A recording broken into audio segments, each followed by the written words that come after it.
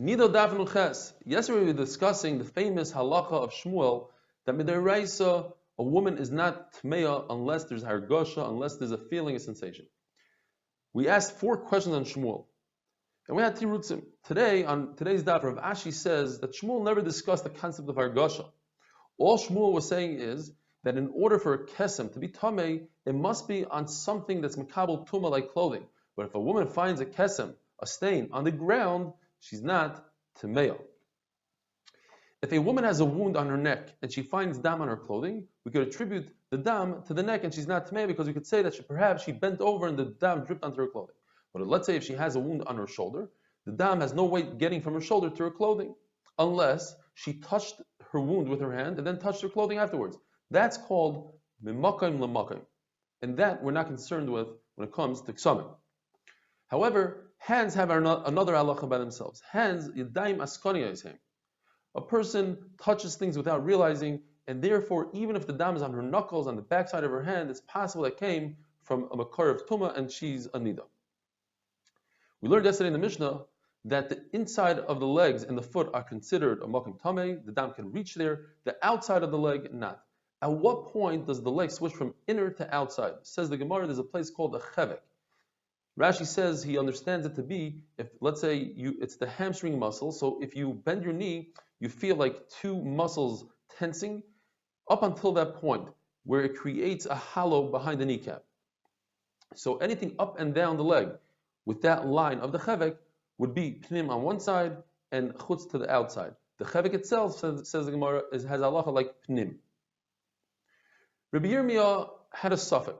What if a woman has a kesem in a very strange design, which typically doesn't happen from regular dam niddah? For instance, if it's in the shape of a donut, if it's drips that form a straight line, or if it's a line, instead of being vertical, it's horizontal, or it's drips that are in a weird shape.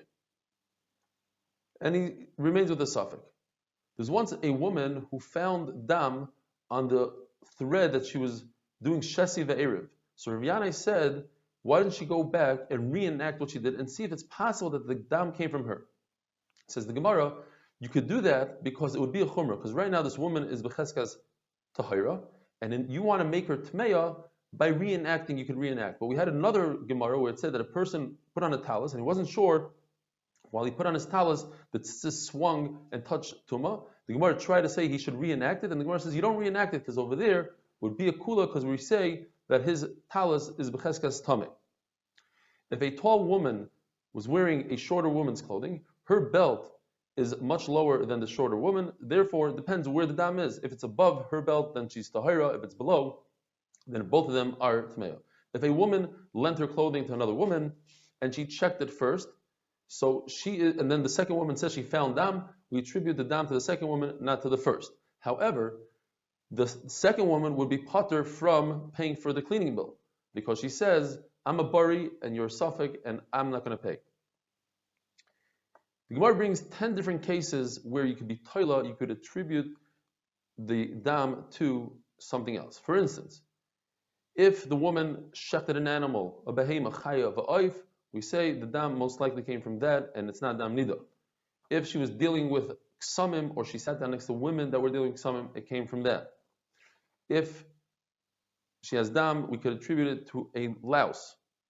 And the Gemara is going to discuss what that means exactly. If she has a wound that healed, we could say that it came from the wound, it just opened up a little bit and a little dam came out. If her husband or her son have a wound, we could say that the dam came from them. There was once a woman who came to Rabbi Kiva. Rabbi Kiva looked for every type of tliya, and he said, perhaps you have a wound. And she said, I had a wound, but it healed. So he said, is it possible that it got a little nick and dam came out? She said, yes. And he explained this to Talmidim because the Torah says, dam yeh zoiva. It's dam that creates nidos, not a kesem. So we have to find, it's only the Rabbanos, we have to find any heter we can. A city that has pigs, says Rashi, they eat shrotzim and they sprinkle blood everywhere, therefore there's no kesem. Even in a place that doesn't have pigs, but they shecht a lot of animals and they have a lot of trash, we could say that it's not a kesem. Even certain eyeshadows or different medicine that's red that goes in the eye, or the sap of a sycamore, we could associate it with that. However, if a woman is not convinced that she sat next to somebody that iksamim, or she's not sure that she went through the shuksha tabachim, the butcher place, then we don't attribute all this stuff to those things. Now, when we discuss a louse, what exactly is the shear and how does it work? Reb Shimon Gamliel says the only way you can attribute dam to a louse is if the woman herself killed the louse. So you say the dam, we know this dam here is the dam of a louse. And then it would be the shear of a gris. And that's the famous shear of a gris. Says Reb Shimon Gamliel on himself, I understand that that's a very big chumrah to require the woman to kill the louse herself. At the end of the day, there is no bed, says Reb Shimon Gamliel, there's no bed in the world that doesn't have many lice and lots of dam from lice. Therefore, my shita is a big chumrah. Chacham shita, says Reb Shimon Gamliel, is a tremendous kula, because Chacham say she doesn't have to kill the louse, and the shear is much larger, it's the size of a turmus.